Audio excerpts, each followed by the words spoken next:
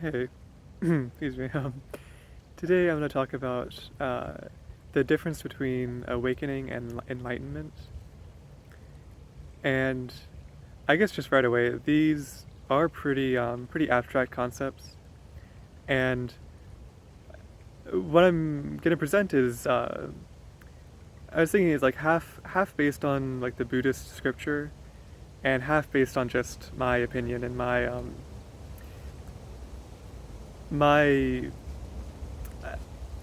guess what I think is most clear and is most representative of the actual experience, like the experience of following this type of path. Because all the words people use to describe these things are kind of arbitrary on some level, but the more the more directly applied you can make them, the more just the more useful they are as like descriptions of what's going on. Because there's a lot of stuff where you can say like awakening and enlightenment and nirvana and this and that are all like the same thing, which on some level they are all describing very similar things, and they're all, I don't know, like ways that you could describe an enlightened person. But saying this word and that word are the same thing just takes away the meaning of both words and just combines them into the same like vague thing. So yeah, I don't do that sort of stuff or that sort of thing.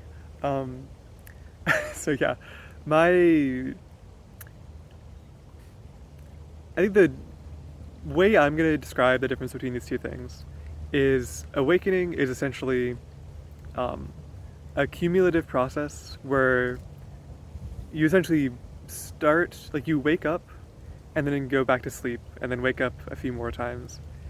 And at the end of that process, if you like proceed all the way down that line, like down that path, then enlightenment is what happens at the very end.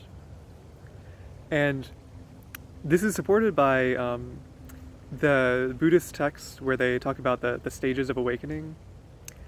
And they essentially describe four stages, with the first stage being, um, I think, arguably what some people call awakening, like in the modern context, where you've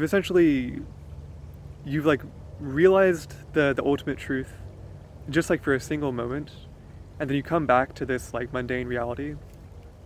But because of that experience, you've gained like an irreversible knowledge where, like, if you choose to stop there, you can live out the rest of your life as someone who is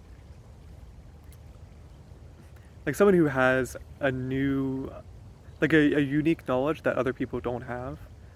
And it doesn't give you a lot of wisdom or a lot of like ability to explain the thing you know. You just kind of know something, and you have a certain peace within yourself because of that.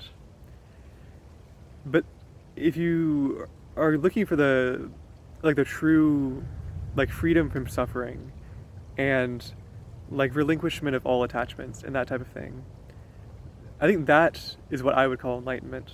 And that requires a lot more than just the initial awakening. Because after that initial awakening, in the Buddhist scripture, they describe there's four stages total. So the first stage is like you've done like 80% of the work or like 90% of the work. And you've basically like you've gotten most of the way there, but the next three stages involve actually like reversing the process and going back to a slight, like essentially an unawakened state.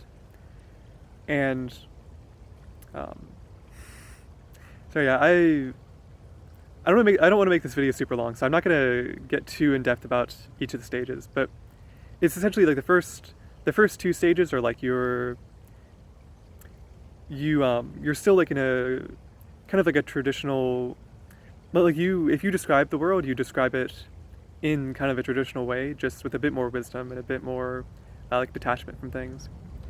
And it's like the third stage is where you still have an ego and you're still like a person, but you kind of are separated from the world and you are kind of like looking down on things, and you view things as though you were like a god or like a something that's like better than human. which to me it seems like the kind of like the worst stage to stop at, like the third out of four stages, because you're very disconnected from humanity and you're very like you've gained a lot of wisdom through having like a further awakening, but you haven't actually completed the process.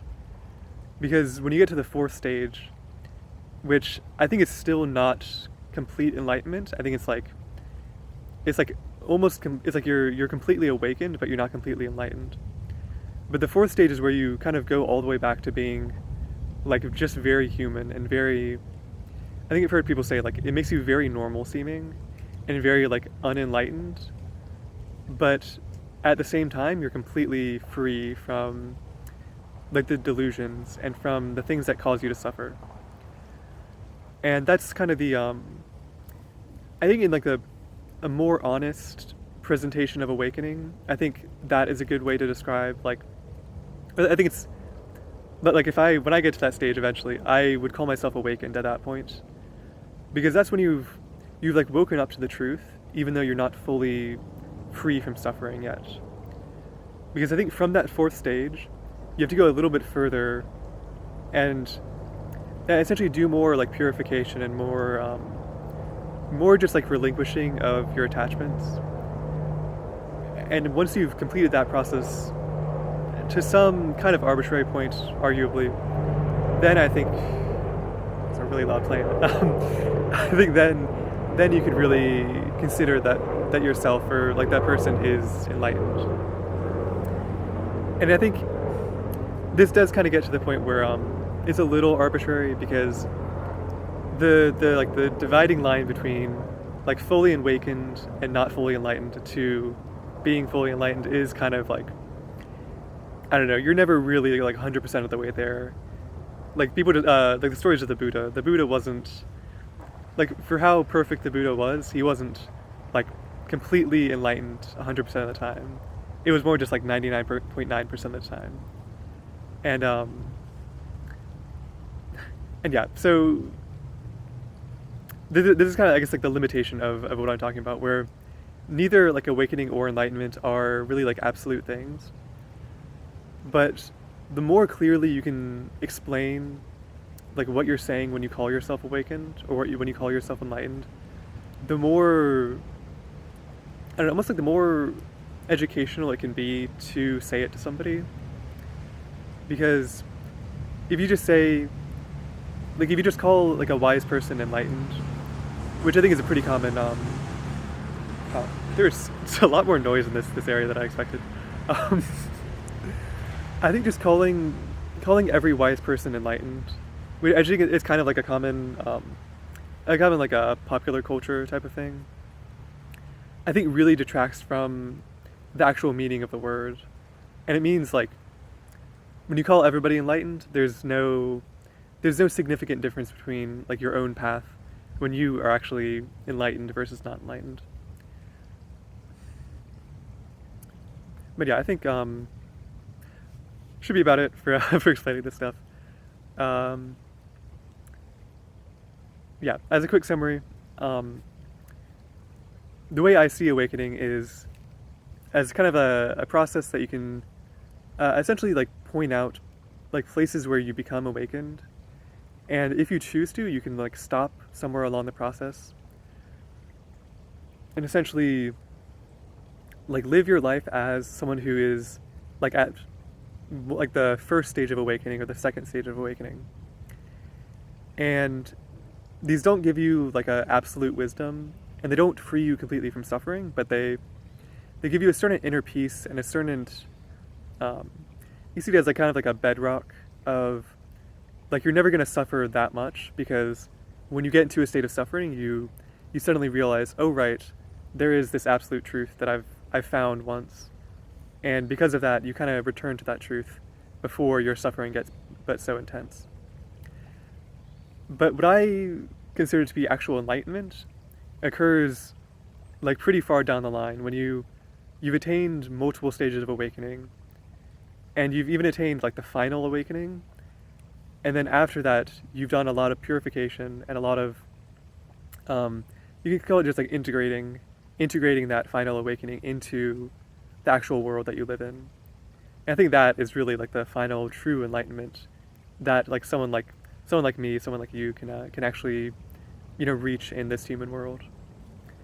Because obviously the true final enlightenment, like the nirvana that people talk about, is something that you can't really experience here because it kind of requires that you don't have a body or you don't have like a soul, or even that you're kind of just something beyond everything and beyond the manifested existence that are you know that we are basically. Like you can't be a human without being a physical thing, and I don't know, you can't really be physical and be fully enlightened in the sense of being fully free from attachment, because existing is itself a type of attachment. So so yeah, I guess I'll yeah, wish you luck, and I wish myself luck in getting 99% of the way there. Something like that. But yeah, I guess like, comment, subscribe if you enjoyed. Peace.